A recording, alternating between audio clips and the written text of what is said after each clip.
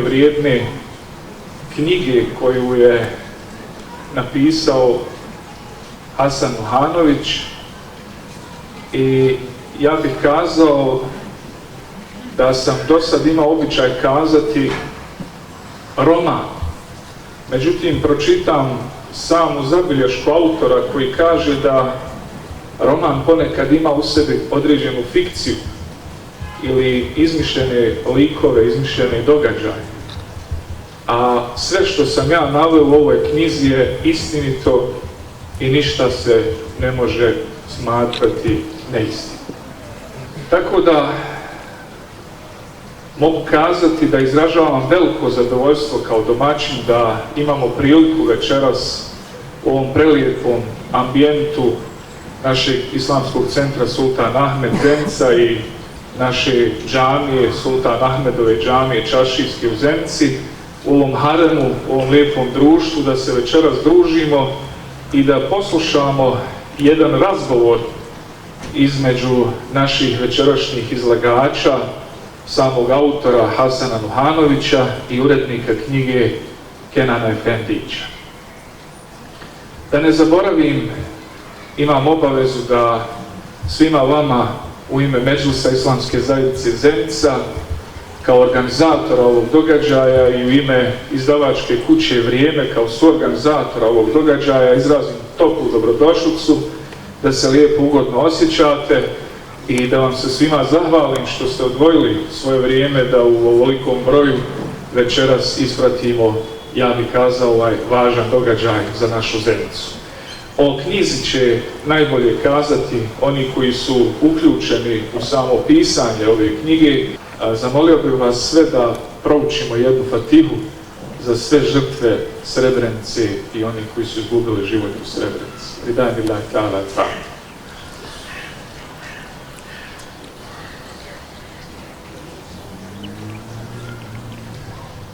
Izdavačka kuća Vrijeme ovu je knjigu objavila u jednoj posebnoj ediciji Bosanska književnost. Ideja te edicije je da obnavlja, pomlađuje kanon bošnjačke i bosanske književnosti, šire shvaćeno.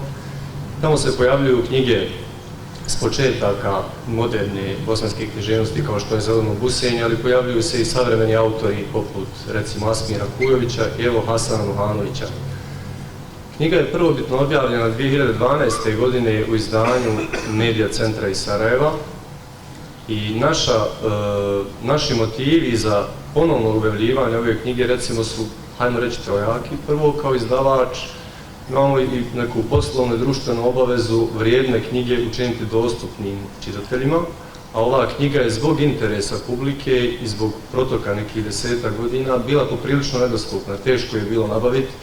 Ja sam je jedva nabavio, morao sam preko poznanika doći do samog autora pa da mi on donese i nažalost nekom sam je posudio i nemam je, tako da tek sad je ponovo imam, iako je to knjiga koju sam se vraćao i uvijek ću se vraćati. Drugi motiv bi bio da ovakvo savremeno svjedočenje, ovakva vrsta knjige o nedavnom iskustvu, radikalnom iskustvu genocida treba biti dostupno.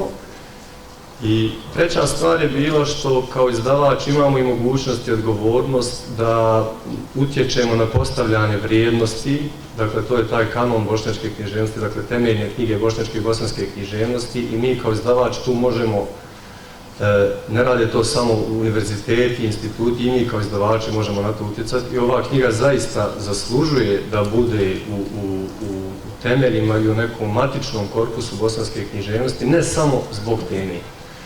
I to je jedna od prvih stvari koje želim da kažem, nije ova knjiga ni dobra, ni vrijedna, ni zanimljiva, niti mi stojimo iza nje, niti je Hasan samo zato napisao što je to knjiga koja se dotiče genocida u Podrinju. Ta je knjiga, kao i svaka vrijedna književnost, a takvu nastojimo protežirati, majstorski napisana. Hasan je imao tu jednu nesreću i jednu sreću, imao je jednu veliku nesreću da u nekom metafizičkom smislu nije to nesreća, to je niz konkretnih događaja da ga zadesi takva sudbina, da izgubi bližnje u genocidu, ali je imao tu sreću da je bio dovoljno talentovan, dovoljno upućen i dovoljno obrazovan da je mogao napisati jednu zaista posebnu knjigu koja se čita kao roman, Sumedin Efendi je već nešto o tome rekao, ali je nažalost u njemu sve istinito.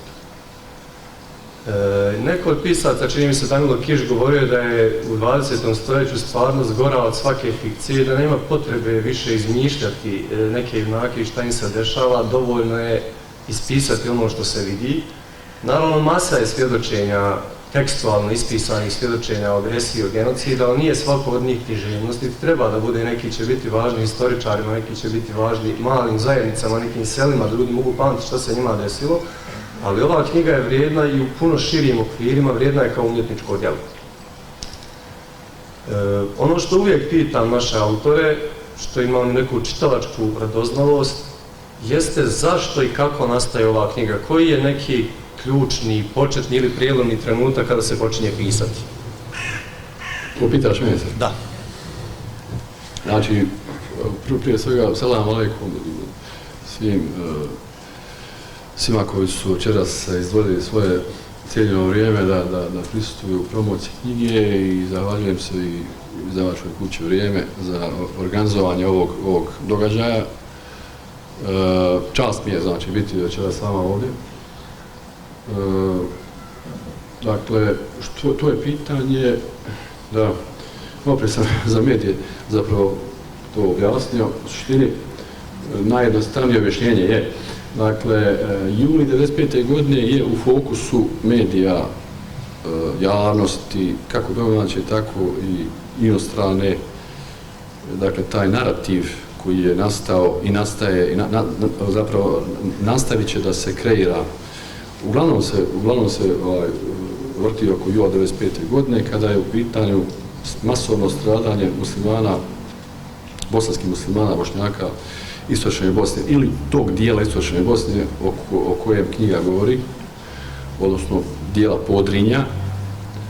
I ja sam nakon nekoliko godina, nakon rata u stvari shvatio kada govorim s ljudima o tome, ili kada govorim ljudima o tome, koji nisu preživjeli te događaje, nego su bili, recimo, tokom rata u drugim dijelovima Bosne i Hercegovine, da zapravo tu potpuno nedostaje jedan taj kompletan, dakle, narativ, dakle, koji je prethodio julu 1995. godine. I, znači, to masovno stradanje je započelo konkretno početkom aprila 1992. godine, kada govorimo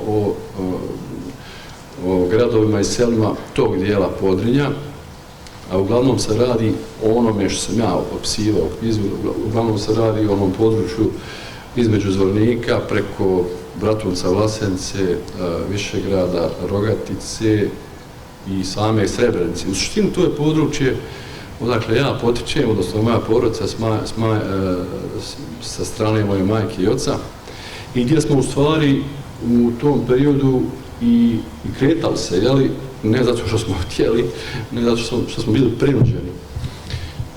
Čak je u odnosu na da kažem, tu Golgotu u smislu progona moje porodice i bliži nekih prijatelja, rođaka, bilo puno gorih slučajeva, ljudi koji su promijenili, ne znam, bezbroj lokacija, boravka, bježali su s jednog mjesta na drugo i tako dalje.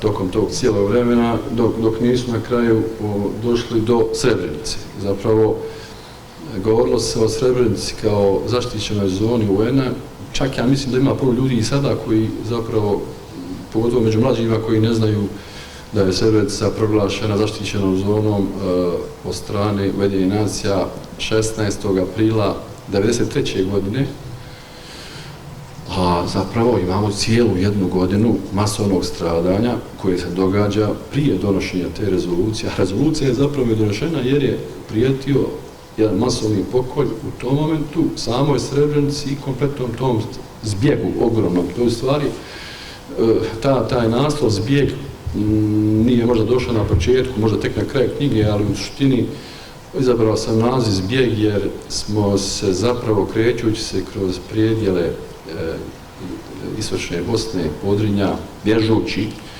i boraveći privremeno na određenim lokacijama, znači zapravo taj bošnjački narod koji je pobjegao iz svojih sela i gradova koja su bila uništena i spaljena, je živio u zbjegovima. U šumama, planinama, po nekim selima koja nisu u tom momentu bila uništena, koja su uspjela se odbrane, kao što je recimo Žepa. Žepa je zapravo jedan, kako bih rekao, skup sela u kojima smo se mi zatekli u jednom momentu, da bi onda jedan dio te populacije i bježao dalje prema Srebrenici u jednom momentu, jer je Žepa trebala da pada i također 92. 93. godine, da bismo onda na kraju došli u Srebrenicu gdje je već bio zbijeg. Srebrenica je već bila zapravo jedan zbijeg. Da ne bi sad definisao riječ zbijeg, može i neko možda puno bolje definisati nego ja, ali u tom konkretnom momentu to je značilo da je ta teritorija i taj narod koji se našao u Srebrenici, kad smo mi tu stigli, a to je bio početak septembra, nas 4, otac, majka, brat i ja, bježeći, znači, od progona, spašavajući naše živote, zapravo, znači, Srebrenica je bila okružena sa svih strana, odsječena od cijelog svijeta, i kao što već i sami znate, ali bez hrane, bez naravno struje, vode i tako dalje, miniran je bio i vodovod već kad smo mi stigli, naravno nije bilo ni struje, nije bilo ni hrane, ni odakle. I u suštini Srebrenica, kada mi stižemo u Srebrenicu, je stanovništvo grada su zapravo izbjeglice. Izbjeglice iz kompletnog tog područja koje je već mjesecima, dakle, bilo predmet, znači, etničkog čišćenja, odnosno genocida, odnosno znači, jednog potpunog uništenja, muslimana bosanskih u tom području. Ne znam koliko sam odgovorio sad na tvoje pitanje, malo sam otišao u širinu, ali znači, motiv osnovni moj je bio da ljudi koji budu htjeli da se zainteresuju za tu temu mogu iz te knjige da saznaju šta je to prethodilo samom tom momentu, ne znam, proglašenja tog jednog malog područja zaštićenom zonom i ništa manje strašni događaj nisu bili, pa čak kad govorimo i o brojima žrtava, čak približno, dakle, u periodu 92-93. Od onoga što se dogodilo 95. godine, što se i u presudama zove srebrenički genocid.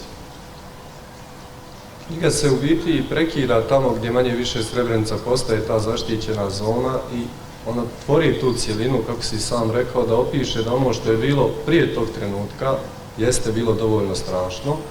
I to je također bih podcrtao taj moment da nisu genocidi jednodnevni ili sedmični činovi 10-ak dana kao što je bio juli 95.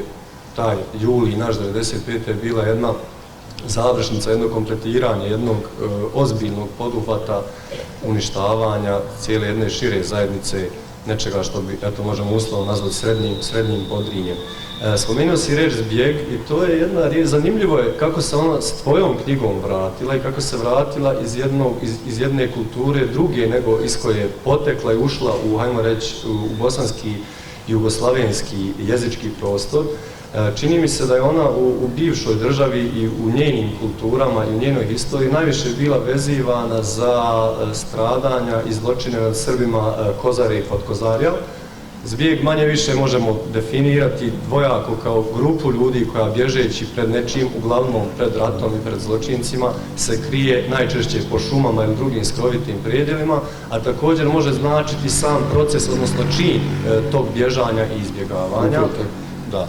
I u ovoj knjizi ljudi su prvo u jednom mikrozbjegu, ljudi iz jednog komšiluka, jedna porodica u biti se krije u jednom šumarku, da bi na kraju neka 100.000 ljudi bila u jednom kolektivnom, velikom makrozbjegu pod zaštitom Ujedinjenih nacija. Također jedno pitanje koje može biti teško, možda izazovno, priča se, postoje čak i discipline u psihologiji o terapeutskom efektu pisanja. Da li je tebi ova knjiga imala neki terapeutski učinak? Da li si s njome uspio sebi nešto eventualno razjasniti ili ne bilo koju vrstu satisfakcije, ako se ta riječ može uopšte koristiti u ovom kontekstu, postići? Dobro, ja pretpostavljam da to pitanje se može postaviti autoru bilo koje knjige koja tretira taj ratni period, gdje autor opisuje, pored događaja koje je sam preživio, događaje kojima je svjedočio, i naravno događaje koji su preživio drugi, za koje je on saznao, da li direktno ili indirektno. Sad, ja zaista ne znam da je imala terapeutski efekt, ne bi mogao to nekako izmjeriti, ali u suštini knjiga je proizvod rada, znači nije jednostavno napisati, ni čak i u fizičkoj formi, moraš sjediti za kompjuterom. Ja sam je pisao 4 godine, onako u nekim dijelovima. Ako govorimo o vremenu koliko im je trebalo i kako nadolaze sjećanja, misli, znači ipak treba sjesti i prizvati sjećanja, slike iz prošlosti. Znači te slike se nalaze u glavi, čak postoje teorije, ja sam gledao o tome, čitao da čovjek je zapravo u svojoj glavi, u memoriji zapravo upamtio svaki moment svog života. Samo treba to sad prizvati iz te podsvijesti od nekud, iz te duboke memorije. I to je naporan rad, a pogotovo što je tema ovako teška. Izvini, samo još jednom podsjeti me na pitanje. Terapeutski efekt. I još nešto, drugi dio pitanja je bio. Da li je nikakva satisfakcija? Da. Da li si osjetio neko zadovoljstvo? U stvari, najveća potreba, ja sam malo prije objasnio, najveća moja potreba da napišem ovu knjigu, dakle tu, ajmo reći, svjedočanstvo, o periodu 92-93, zahvatam ja malo da kažem prema 94. mislim, kad već govorim o tim godinama, govori se o periodu 92-95, je taj dakle, nadam se da neću zvučati patetično, dakle, čovjek kad razmišlja o sebi, pazite, mi nosimo u sebi, govorimo sad o ratnim tim stradanjima, iskustvima i tako dalje, znači nosimo u sebi tu informaciju, znači nosimo je, znači mi je imamo u sebi, ali sad ako je ne prenesemo drugima dalje, sljedećoj generaciji, a ja kažem prije svega, možda je to i najvažnije pitanje, dakle, koja je onda korist od toga, dakle, koju će korist imati zajednica od toga što ja imam u svojoj glavi, a ne prenesem je nekom drugom. Dalje, na sljedeću generaciju. I to mi je bio motiv, znači, u smislu šta sutra kad me ne bude, znači, može to biti sutra, može biti 10 godina ili za godinu dana, razmišljajući tada, evo, prije 15 godina kad sam razmišljao o pisanju knjige, znači, sve te informacije nestaju sa mnom. I mislio sam da je to zaista jedna ogromna šteta, da one nestanu sa mnom i da to treba jednostavno da se zabilježi i da ostane. Da ostane u nekom, da kažem, u nekoj trajnijoj formi, nego što je čovječki život. I nego što je, recimo, taj usmeni narativ koji je jako isto bitan. Znači, imamo sad, recimo, memorijalni centar koji je ranije to radio, evo sad intenzivirao u posljednje vrijeme tu aktivnost, odnosno projekat snimanja svjedočanstava preživjelih. Projekat je program zove se Usmena historija, to je možda jedan od najdragocijenijih formata čuvanja sjećanja, evo konkretno ovdje na genocid, jer u ovom slučaju, i ne samo kod nas, nego inače, to je tako i sa preživjelima iz Holokausta, to je ta autentična svjedočenja ljudi koji prepričavaju ono što su doživjeli, vidjeli, zapamtili, ali postoji određeno ograničenje, recimo, po mom shvatanju kod tih svjedočanstava, u smislu, recimo, ja sam, kako bih rekao, znači, prepričavao sam događaje nakon rata, prijateljima, ljudima koji je to interesovalo, i Dešavalo mi se, vjerujte mi, da me ista osoba nakon godinu, 2 dana pita isto pitanje. Znači, možda da kažem, ta osoba je međuvremeno zaboravila šta sam ja to ispričao. To je osobi, to mi je jako frustriralo. Ja kažem, već sam ti to ispričao, objasnio sam ti to, pa evo opet. Ne mogu ja, pazite, znači, ne može čovjek biti na stand-by, dakle, ne govorim samo o sebi sada, govorim o bilo kome koji je doživio neke stvari ove vrste, jeli, i koji bi trebali imati odgovornost i obavezu da to prenosi dalje. Dakle, čovjek ne može biti na stand-by i na zahtjev nekoga stalno to ponavljati, razumijete, kao jednostavno jedna neprekidna audio track, znači to je nemoguće fizički. Tako da je zapravo način da to čovjek se rastereti na taj način, dakle, da se stavi to na papir, da se to onda čita. To je isto bio jedan motiv. Tvoj motiv je bio onako praktičan, recimo ti si htio i to je praktičan, što ne znači da nije važan, suštinski, generacijski je važan i kad kažeš o tom prenošenju informacija, knjiga svakako prenosi informacije, ali ono što često govorim o književnosti, dakle o tekstu koji je napisan na višem nivou jezičkog umijeća, šta je korist književnog teksta po meni jeste što tim nijansama jezika koje je najmoćnije sredstvo, najmoćniji dar koji čovjek posjede, na kraju krajeva i Bog sam bira da se ljudima obrati jezikom jer je to prostor, način, medij, sfera u kojoj se može puno toga reći. Pogotovo književni tekst koji teži detalju, teži slici, teži prenešenim značenjima, ima tu moć da prenese emociju na čitatelja, ali na jedan poseban način, tako što ga vodi u situacije među ljude. Književnost je, to se uvijek govorilo i kogod češće čita, shvatit će da je književnost jedan vid putovanja bez kretanja. Vozeći se ka Zenici s Hasanom sam pričao o ovoj knjizi i meni su recimo u njoj, u prvom čitanju naravno ide taj šok informacijama, jer iako jesam pokušavao saznat podosta o genocidu i svemu, i moj fokus bio na tom julu, nisam uopće mogao povezati da je sve to trajalo dulje, to je bio prvi šok. U drugom je knjiga bila zanimljiva, na jednom, možda uskogrudnom nivou, bili su mi zanimljivi ti ljudi, bili su mi zanimljivi ti žepljanski i drugi seljaci, slični i mojim planinskim seljacima ovdje iz Srednje Bosne.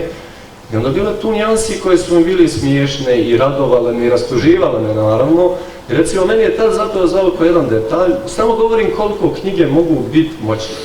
Meni je zato zavukao taj detalj da i sam autor, pripovjedač Hasan, dakle u knjizi otkriva da u tom Podrinju ljude iz nizine, iz ove pitomije doline Drine oko Bratunca i Srebrenice zovu bure i on tek saznaje da oni njih sa planine, žepljake, gore zovu smole jer su iz šume.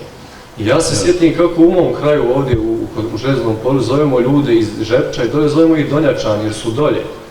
To je trenutak kad ja počinjem, knjiga mene potiče da se ja vraćam u svoj zavičaj i da otkrivam neke detalje o sebi. Ne pričam ovo da govorim o sebi, nego samo jedan moment koliko je meni ta knjiga prije 7-8 godina, čini mi se da sam je prvi put čitao, koliko je meni tad bila moćna i poticajna. A to je zato što je majstorski napisana, što nema viškova, što nema najvažnija i najmoćnija stvar u ovoj knjizi je što je autor, pripovjedač, ovdje to sve izravna, to je glavni lik, kako govorili, je potresno, nemilosrdan, brutalan prema sebi. Da, to je... I prema svim bližnjima. Da, ja mislim da je to, kako bih rekao, ta konstatacija je već, tu konstataciju sam već čuo, o toj brutalnosti s moje strane kao autora knjige i prema sebi i prema većini onih koji opisuje. U stvari, ja bih više možda bio sklon da upotrijebim riječ iskrenost, smatrajući da nakon rata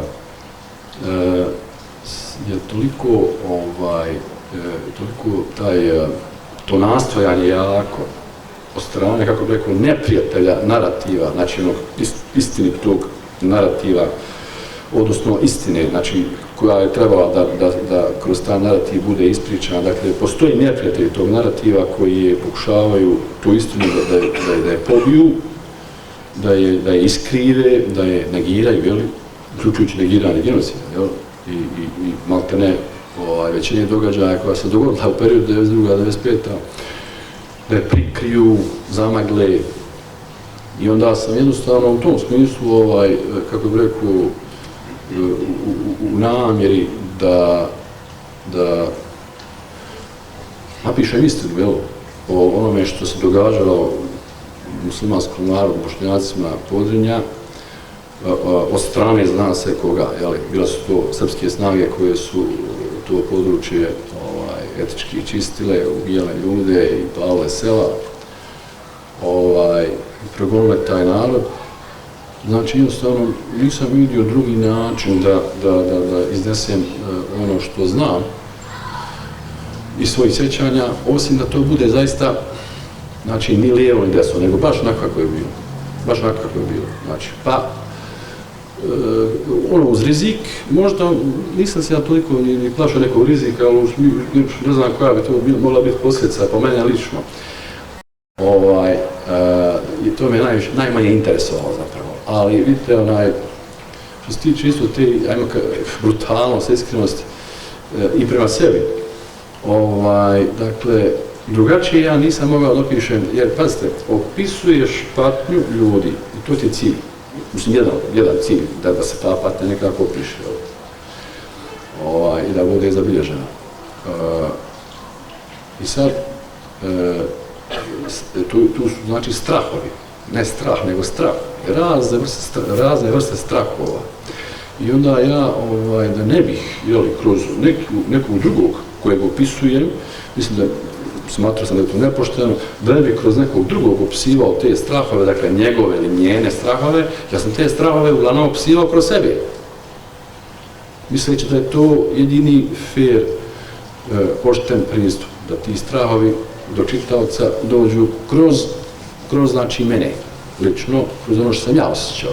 Da kažem, nisam pisao toliko koliko se on prepao, ne koliko sam se ja prepao u nekoj situaciji.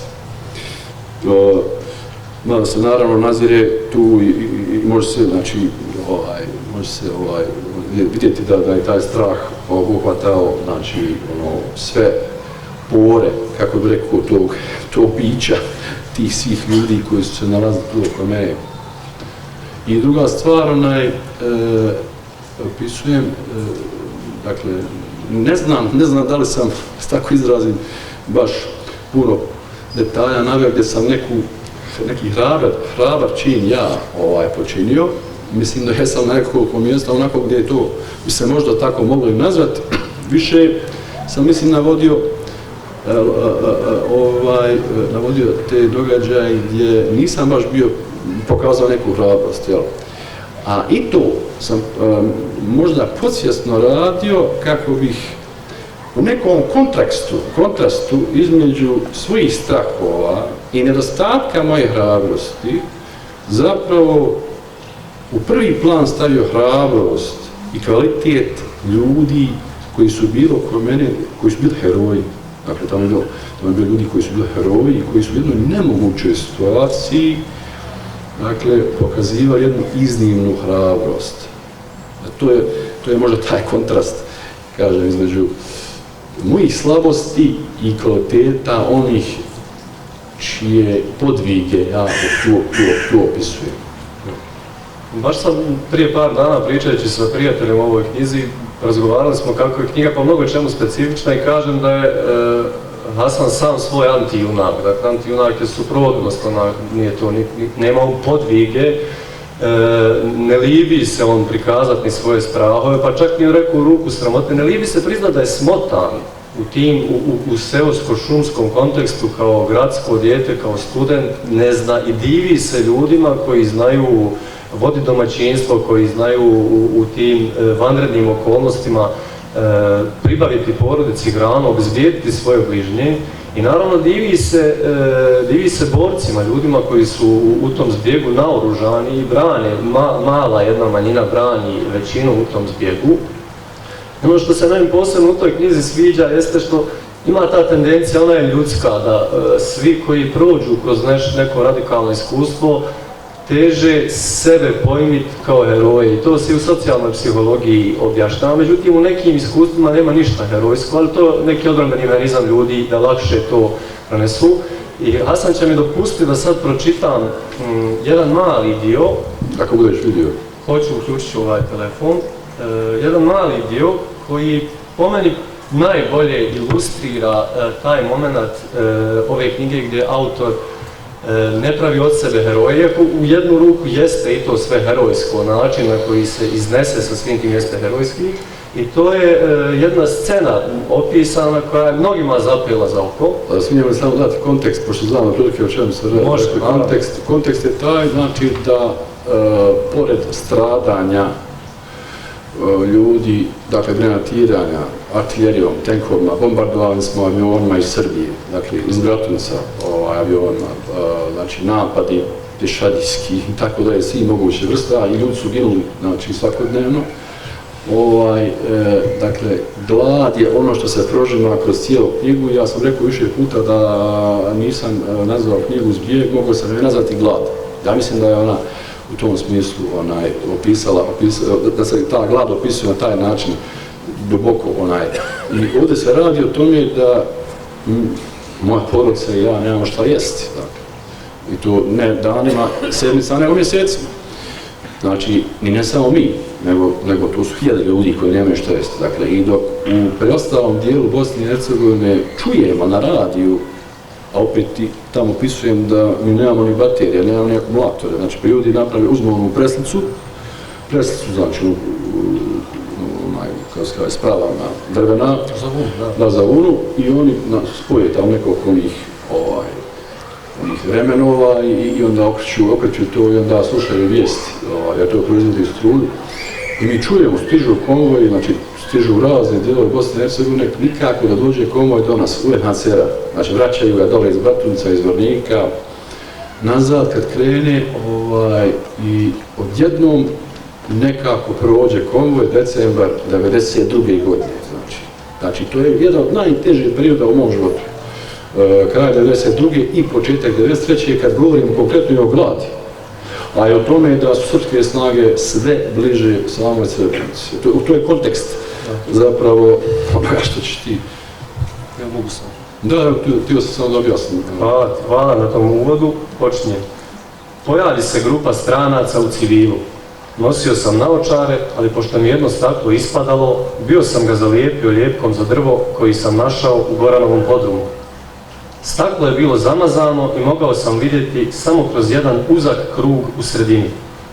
Možda sam im zbog toga bio interesantan i oni priđoše prvo meni. Bili su to novinari iz nekoliko stranih TV ekipa. Mislim da su dvojica bili Amerikanci, a ostali su govorili naš s ekavskim naglaskom, vjerovatno njihovi prevodioci i fikseri.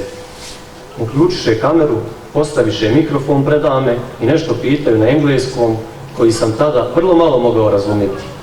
Prevodilac je preveo. Možete li nam reći kako vam je ovdje i koliko još možete izdržati u ovim uslovima?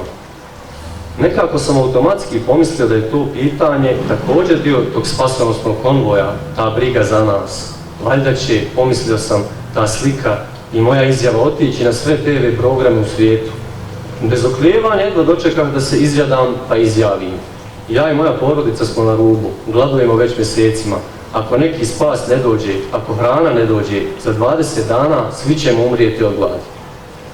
I dok sam izgovarao tu svoju kratku izjavu, primijetio sam da cijela ekipa gleda preko mog ramena. Nisu više uopšte obraćali pažnju na mene. Kamerman odnese tronožac i svi me zaobiđoše kao da ne postojim.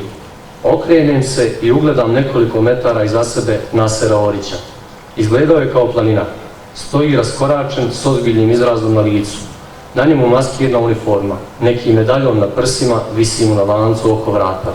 Gologlav, kratko ošišan, crna brada, ruke nonšalantno na mitraljezu prebačenom preko ramena. S njegove obje strane stajao je po jedan njegov borac. Izgledali su slično kao on, samo su oni držali oružje u rukama. Redenici s mecima preko prsa kod obojice, ručne bombe na opasačima i po pištolj sa strane. Stojeći na zaleđenoj cesti, izgledali su kao da se nalaze u svom prirodnom okruženju u koje se oni savršeno uklapaju, gordi, mirni, spremni za akciju. Jedan od novinara priđe Naseru i postavi mu isto pitanje kao i meni. Koliko ćete još ovako moći izdržati? Naser odgovori. Poručite Srbima u Bratuncu da mi ovako možemo još 100 godina ako treba. Kad je to izgovorio, shvatim da on možda čuo moju izjavu jer je stajao iza mene. I pomislim da bi me mogao odalamiti onim mitraljezom po glavi jer sam u kameru izgovorio te zapravo izdajničke riječi. Napravim nekoliko koraka unazad, a onda opletem uz ledinu što sam brže mogao. To je dakle ta scena. Po meni rijetka u našim i književnim i drugim pisanim svjedočenjima o ratu, jer ima, znate, puno te literature i nekad inflacija je malo te herojske priče. I naravno, iz ovog kratkog odlomka, oni koji nisu čitali, nisu susretali s ovom knjigom, možete vidjeti kako Hasan piše. Ja se nadam da sam uspio donekle dočarati taj ritam, pogotovo recimo kad opisuje ove borce, pravi tu sliku, ono što bismo na kraju možda rekli, pravi filmsku sliku, živu, vidimo te ljude.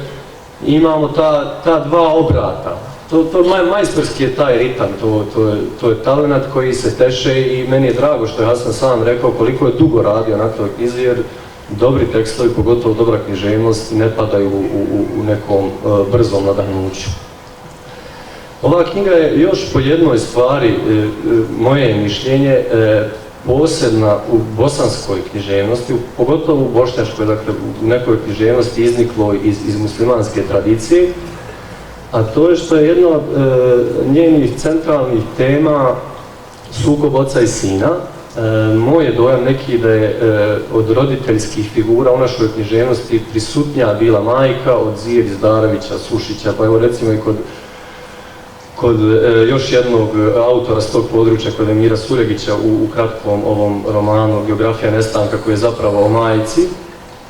Kod Hasana je otac prisutnija figura u tekstu i sukob oca i sina je tu po meni jako vješto, jako inspirativno opisan, ne mogu reći obrađen. Ta tema sukob oca i sina, ona je stara koliko je staro i čovečanstvo, već Ademovi sinovi njega ne slušaju, Nuha ne slušaju njegovi sinovi, i Jakuba ne slušaju sinovi, i hoće brata da ubiju na kraju krajeva. Ono što teško je sad naravno pitat, ali u jednom trenutku je moj dojam u toj knjizi bio kao da ti svog oca stižeš tek upoznat u tim okolnostima. Kao da se nisu prenosile informacije, ono o čemu si govorio, da se nisu prenosile, pogotovo se nisu prenosile kritične informacije o stradanjima u Podrinju, stradanju muslimana u Podrinju, ti kao da stižeš oca tek u zbjegu upoznat. Da. Ono što smo pričali u autu malo pre dok si ti vozio za Zenicu, bilo je ono kako sam ja ustanovio, dakle ne samo kod sebe nego i kod drugih. Ja sam čak bio, i da kažem, zreo muškarac, već sa 27 godina kada je pala Srebrenica i kada su moji roditelji i brat ubijeni, ali govorio sam, a kamo li sad zamisli dječak ili djevojčica koji su ostali bez oca ili majke, recimo, kao mala djeca ili kao neki tinejdžeri, dakle, govorio sam ti o toj, kako bih rekao, rupi koja ostane dakle, ne dolazi do prenošenja akumuliranog iskustva i znanja sa oca na sina ili s majke na čerku, tako dalje. Znači, to je problem, što znači da ti moraš sam učiti te stvari koje su ti roditelji mogli, dakle, dati to znanje koje su mogli dati besplatno, jel? Međutim, tvoje pitanje se ne odnosi na to, nego na taj ratni period. Ja sam s 19 godina otišao iz Lasenice u vojsku, studirao sam u Sarajevu do svoje 23. četvrte, kada je počeo rat.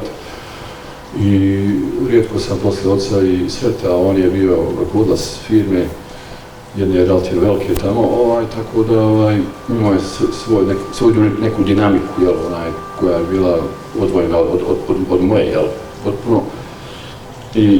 I računalo se na njega još, naravno, te neke intelektualce koji su tamo postojali u Podrinju, u tim gradovima, neposredno prije rata, računalo se u smislu da se iznađe rješenje, razumiješ, neko rješenje. Međutim, ti se nađeš u situaciji, recimo, na primjer, gdje smo ja, otac, majka i brat, jer oni izbjegovi o kojima smo govorili, oni su se, kako ti malo prereće, imao se taj mikrozbjeg, što je samo porodica, a onda se porodice udružuju, pa to možda bude zbjeg gdje su samo rođaci ili šira familija, prijatelji, pa onda seljani iz jednog sela ili seljani iz više sela, i zaista je bilo takvih zbjegova, nekad su se oni povećavali i tako dalje. Međutim, dešavalo se da se u slučaju takvih, kako rekao, u momentu šoka, kad dolazi do jednog napada, pogotovo kad je napad iznenada i kad se to sve razbija i razbježi. I taj zbjeg u suštini nestaje i na kraju on se razbija bukvalno na porodice, koje se jedino one na kraju drže zajedno. Znači, ja opisujem tu situaciju gdje jedino ja, otac, majka i brat, u jednom momentu ostajemo u šumi gdje su se svi razbježali i očekujemo da četnici uđu u šumu i da nas poubijaju. I onda opisujem tamo kako su ljudi u tim momentima neki gledali u mog oca kao jedan autoritativni lik, do prije par sedmica, koji nema rješenja, nikako rješenja nema. To je još jedan taj, kako rekao, raspada se kompletan tvoj svijet i praktično ti ulaziš u potpuno jedan novi svijet, razumiješ, gdje je otac kao figura, kažem, kao jedna autoritativna figura, nema rješenja, ni za što, ni za bilo koji problem koji nastaje u tom konkretnom momentu. I to je taj jedan šok, znači, koji čovjek doživi, kažem, bilo je takvih na hiljade primjera i puno gorih, jel?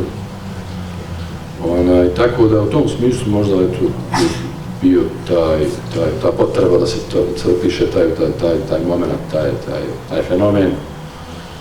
A i bilo je tih drugih situacija ako je vjerojatno misliš na njih da je on zapravo pokušavao sve vrijeme da me poštedi, meni lično da poštedi i brata koji je imao 17 godina, ja sam imao 24 stvari, da me poštedi u toj potrazi za hranom, gdje je on u najrizičnije te povode tražeći hranu, nije dozvoljavao da ja idem s njim, pa sam napisao da smo bukvalno fizički sprečavao da idem za njim, jer je mislio da se neće vratiti živ, jel? U Vranu se išlo u jednom momentu, dakle govorimo prije proglašenja zaštićene zone, a nije bilo konvoja. Dakle, taj konvoj malo prije koji smo opisivali, to je bio jedini konvoj za godinu dana u Srebrenicu, za 12 mjeseci. I mi kad smo tamo, ja sam tu nabrojao sve, čovjek se toga sjeti, uvijek ti stvari, dakle mi smo dobili po nekoliko kilograma hrane po glavi stanovnika, iz tog jednog konvoja za godinu dana, čitavo. I u tom periodu, to je bio najteži period za sve nas, do hrane se dolazilo na dva načina, i to sam tamo opisao, opisao sam oba ta načina na koji se dolazilo do hrane. Jedan način je bio odlazak u spaljena bošnjačka sela, kroz srpske položaje, minska polja i tako dalje, išli su uglavnom oni ljudi koji su iz tih sela, ali išli su i drugi ljudi. Ovi koji su iz tih sela, kao znali su put, znali su kad dođu u selo gdje bi potražili taj neki hambar, gdje se nalazi nešto kukuruza, pšenice koji četnici nisu spali, bili još, iako su spali recimo kuće i tako dalje, hambara je ostalo nezapaljenih sa neokomljenim kukuruzima, tim kripovima, koji su ljudi klomili na licu mjesta, nosili sve zajedno i tako dalje. To je bio jedan način i mnogi su tu nestali, izginuli. I bukvalno na obale Drine su ta sela, recimo, gdje i tuku iz Srbije sve vrijeme direktno. To je u jednom momentu bilo postalo nemoguće i onda je drugi način, jedini preostao, bio napad na srpska sela i otimanje hrane iz srpskih kuća. I to sam opisao u ovoj knjizi. Smatrajući da je to apsolutno neophodno da se napiše iz puno razloga, koje sad možda i ne bi trebao opisivati ovdje, ali mislim da ćete razumjeti koji su to razlozi. Ja sam opisao ono što sam saznao od ljudi koji su učestvovali u tim napadima. Ja nisam išao ni jedan napad na srpska sela i bilo ljudi također kao i ja koji nisu išli, ali većina jeste. I samo zato što su morali nisu imali apsolutno nikakvog drugog izbora. I opisao sam kako su ti ljudi donijeli, ne znam, žita, od brašna, od nekih drugih prerabanih artikala, donosili su to u nekim, što kaže, kao rijeka, ljudi se vraćaju, kao masa jedna u Srebrenicu i donose taj plijen koji će onda oni pojesti i kada ga pojedu, onda će morati ići ponovo, To je trajalo sve do aprila 1993. godine. Radna knjige kreće... Ima još nešto kada iz zraka padala hrana. To je treći način. Jeste, iz zraka nam je počela padati hrana krajem februara, početak marta, to je bio treći način, ali to je već bio, ako pogledate, to je već 11. mjesec rata, praktično, tako dođe negdje. Da, i taj sam način opisao i smatrajući da je to jako važno, nije Srebrenica bila jedina lokacija gdje su avioni, odnosno padobranima gdje je stizala ta hrana. Recimo u tom području, kasnije sam saznao, bilo je u Goraždu, jedno kraće vrijeme bilo je u Cerskoj, tu koja je bila susjedna enklava, koja još nije bila pala, Cerska, i bilo je tu u Žepi. Znači u tom području, ja sam naravno ono što sam doživio lično opisivao, to je ono što se dešavalo u Srebrenici. To je jedna zaista posebna, kako bih rekao, posebna dimenzija, posebna priča koja mislio sam zaslužuje da bude opisana onako prilično detaljno kako sam ja to i doživio, gdje zapravo u svim ovim, kako bih rekao, pohodima tražeći hranu, uključujući ove padobrane, sad oni koji su uzbjegli, pazite, znači ljudi koji su uzbjegli, Bošnjaci, jedni drugima postaju konkurencija. Dakle, konkurencija bukvalno u tome ko će doći prije do te hrane, znači ko će uzeti više hrane, ko će doći prije do te hrane i tako dalje. Znači ljudi jednostavno se bore za svoj život, za život svoje porodice i znači prioritet je ti i tvoja porodica. Svi ostali su, dakle, ne znam koju riječ upotrijebio, mogu reći, ali konkurencija, znači konkurencija u smislu, tako da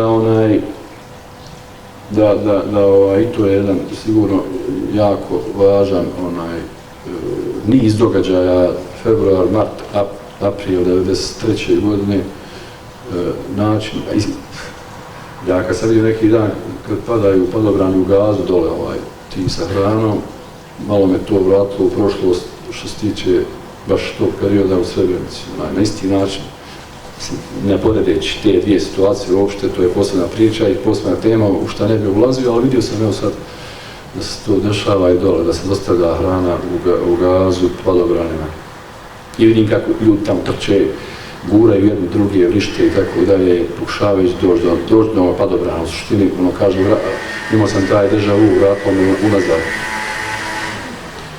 Hvala čitateljici na ovoj opasci i ja bi se osvrnuo na nju. Ta scena s padobranom u ovoj knjizi, ona privlači pažnju i drugima. Jedan, najmo reći, književni istraživač u svom jednom doktoratu, opisujući 100 godina evropske književnosti, njenog odnosa prema genocidu, njenog poticanja holokausta i tako dalje, između ostalog pri kraju analizira i Hasanovu knjigu i kaže da zapravo evropska književnost pravi jedan puni krug koji završava tad i tad kod Srebrenice, kad ti ljudi zapravo postaju jedni drugima neprijatelji i umiru. Ja nisam malo prije htio da upotrebim riječ neprijatelji, ali možda je to i najpreciznija riječ, rekao sam konkurencija.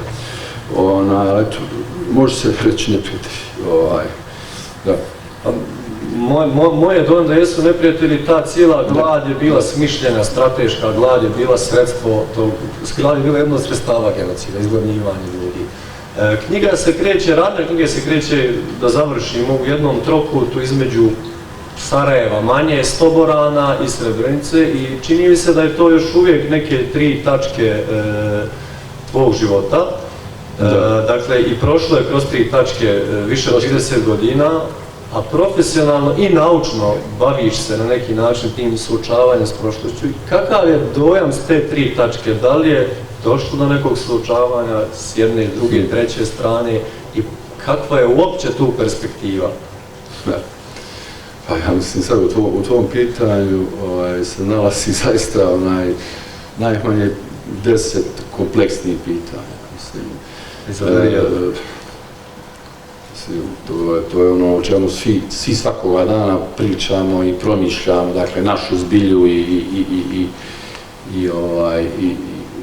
ne znam, ono što nas čeka u nekoj skorijoj daljoj budućnosti. Recimo kako to u Stoboranima izgleda, kad si ti tamo, kakav je ta tvoj dojam? Mi kažemo Stoboranje, to je selo moga oca u blizini Žepe, opština Am Pjesak, gdje smo mi zapravo, gdje je za nas započeo taj zbijeg. Tu i manje više i počinje knjiga, mada knjiga počinje ranije, Sarajevo, Raus, i vrlo se to dobro primijetio, znači jest Sarajevo, Žepa, Stoborani, znači Srebrenica, to je ta troga i to je isti troga u kojem se ja sada krećem, dakle u svom životu trenutnom, dakle živim u Sarajevu, vikendicu sam napravio u očevom selu, tamo gdje sam preživio zaista jednu duboku traumu, u smislu da je malo hvala da nas sve poubijaju, ubili su 11 žena i djece taj jedan dan u tom jednom manjem zbjegu u tom selu, još za to niko nije odgovarao i spali naravno cijelo selo i sva okolna sela su spali u tih 2 dana, skoro sve do Žepe. I dakle, tamo boravim vikendima, a radim za memorialni centar Potočari i tamo isto boravim, povremeno. I to opet se život kreće u tom istom krugu, ne znam šta je to u pitanju, znači ne znam, je li to nešto freudovski, šta je to, ne znam, stvarno ne znam,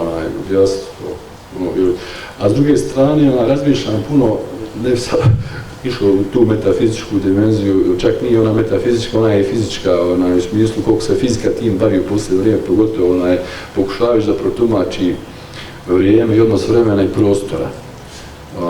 I hoću da kažem da zapravo ja se krećem u istom prostoru u koji sam se kretao i tad, ali je vrijeme otišlo negdje.